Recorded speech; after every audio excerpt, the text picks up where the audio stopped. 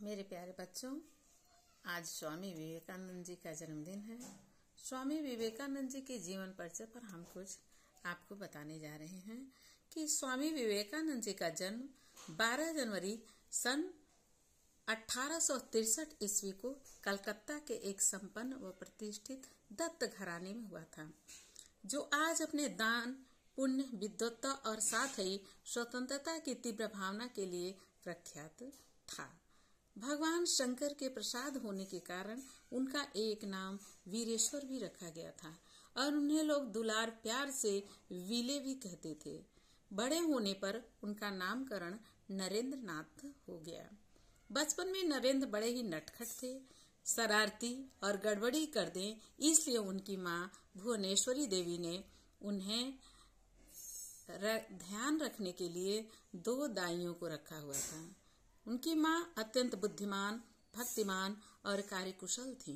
नरेंद्र को अपनी माँ पर बड़ी भक्ति थी। वे अपनी माँ के संबंध में कहा करते थे कि मेरे ज्ञान के विकास में मेरी जननी का एक बहुत बड़ा योगदान है।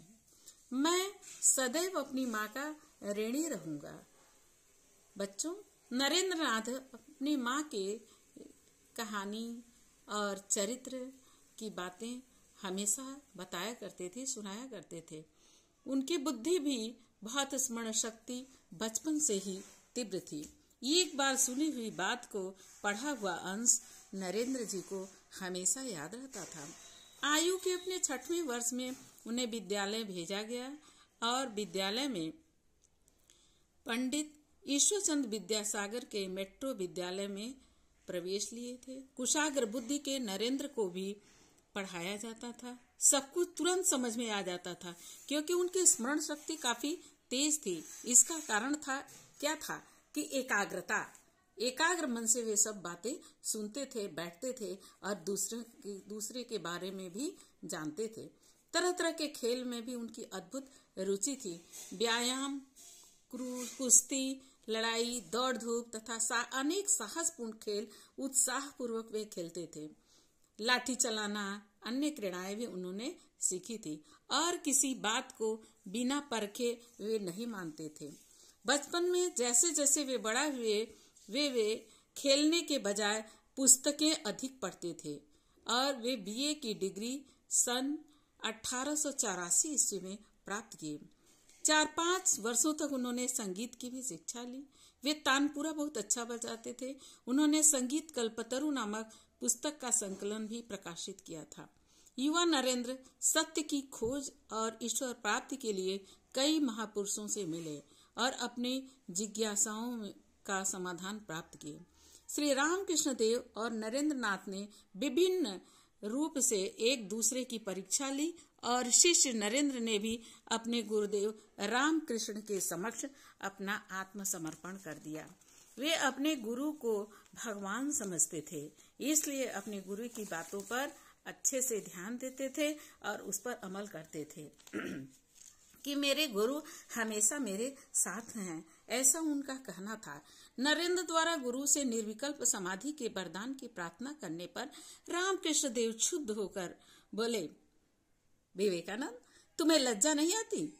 मेरी धारणा यह तो थी कि तुम एक महान वटवृक्ष के समान बड़ों में संसार के शोक ताप से हजारों को त्राण करोगे, किंतु अब मैं देखता हूँ कि तुम अपने लिए ही मुक्ति के इच्छुक हो। मुक्ति के इच्छुक मत बनो, बल्कि लोगों की सेवा शुश्रूषा करो।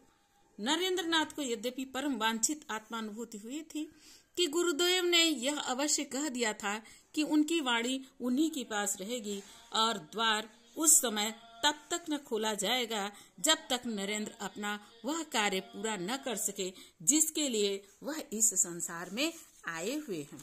तो बच्चों, श्री रामकृष्ण देव की महासमाधि के बाद गुरु भाइयों के द्वारा बाराह नगर स्थित एक पुराने ध्वस्त घर में प्रबल तपस्या किया नरेंद्र जी ने और श्री रामकृष्ण संघ की वहीं पर नींव डाली। गुरु भाइयों के साथ 1886 ईस्वी के बड़े दिन के अवसर पर अग्नि के चारों ओर बैठकर नरेंद्र नाथ ने संन्यास आश्रम का संकल्प लिया।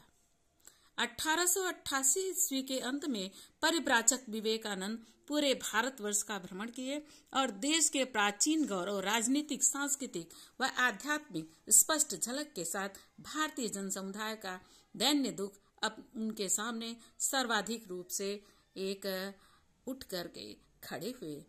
उनका संपर्क महान व्यक्तियों, राजाओं, रजवाड़ों और पवहारी बाबा जैसे संतों से हुआ था। भारतीय जन समुदाय के कष्ट निवारण हेतु स्वामी जी 2 बार विदेश यात्रा किए। कितनी बार किए? 2 बार किए। पहली बार चीन, जापान, कनाडा होते हुए अमेरिका गए और शिकागो में विश्व धर्म सम्मेलन में भाग लिए और उस पूरे धर्म सम्मेलन में सर्वश्रेष्ठ एवं महानतम व्यक्ति के रूप में वर्णित हुए। गुरुदेव विजय श्री मंडित स्वदेश आगमन 1897 के पश्चात देश के विभिन्न शहरों में स्वामी जी का खूब सम्मान हुआ। 1 मई 1897 को रामकृष्ण मिशन की स्थापना हुई, जो देश विदेश में अपने लगभग 205 केंद्रों के साथ विविध सेवा कार्यों से जुड़ा हुआ है, जिससे मानव समाज का हित हो, ऐसी कार्य उन्होंने किए। स्वामी जी की दूसरी विदेश यात्रा जून 1899 ईस्वी से प्रारंभ हुई। बच्चों, जो कोलंबो, मद्रास तथा एडेन होते हुए लंदन और फिर न्यूयॉर्क पहुंचे। स्वामी जी के साथ स्वामी तुरायानंद तथा भगिनी निवेदिता भी थी। अमेरिका के विभिन्न शहरों में व्यस्त कार्यक्रमों और सैन फ्रांसिस्को में एक वेदांत केंद्र की स्थापना करते हुए स्वामी जी धर्म इतिहास सभा में भाग लेने पेरिस गए। 1 अगस्त 1900 अक्टूबर में वहां से निकलकर Hungary, Romania, Serbia, Bulgaria, Greece व मिस्र होते हुए दिसंबर 1900 को वे अपने देश बेलूर मठ पहुंचे। बेलूर मठ से जल्दी ही उन्होंने मायावती के लिए प्रस्थान किया, जहां पर सेवियर नामक अंग्रेज दंपति की सहायता से उन्होंने एक अद्वैत आश्रम की स्थापना किया। वहां से प्रबुद्ध भारत नामक एक अंग्रेजी मासिक पत्रिका भी निकलने लगी। मायावती से लौटने के बाद स्वामी जी पुनः अपनी भावी कार्य योजना के आकलन में लग गए।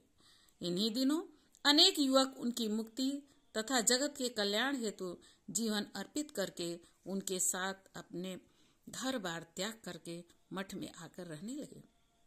स्वामी जी ने उनके समुचित शिक्षण और प्रशिक्षण का प्रयास आरंभ किया।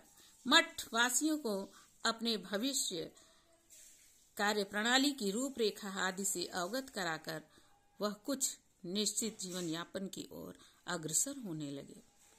स्वामी जी को ज्ञात था कि उनका अंतकाल समीप आ रहा है, क्योंकि वे भविष्यवेत्ता थे, सब कुछ जानते थे, उन्हें ज्ञान प्राप्त हो चुका था अपने गुरु से। अंतिम कुछ दिनों के उनके सारे कार्यकलाप जानबूझकर किए हुए तथा सुंदर और स्पष्ट थे। उन्होंने कहा था कि छोटे पौधे बड़े पेड़ के नीचे बढ़ नहीं सकते, इसलिए बड़े पेड़ों को भी स्थान देना चाहिए और छोटे पौधों को भी। 4 जुलाई 1902 को कुछ असाधारण रूपेण ध्यानमग्न रहने के बाद सायंकाल एक दिन वे चुपचाप लेट गए और गहरी सांसें लेने लगे और विचार शांति में लीन हो गए।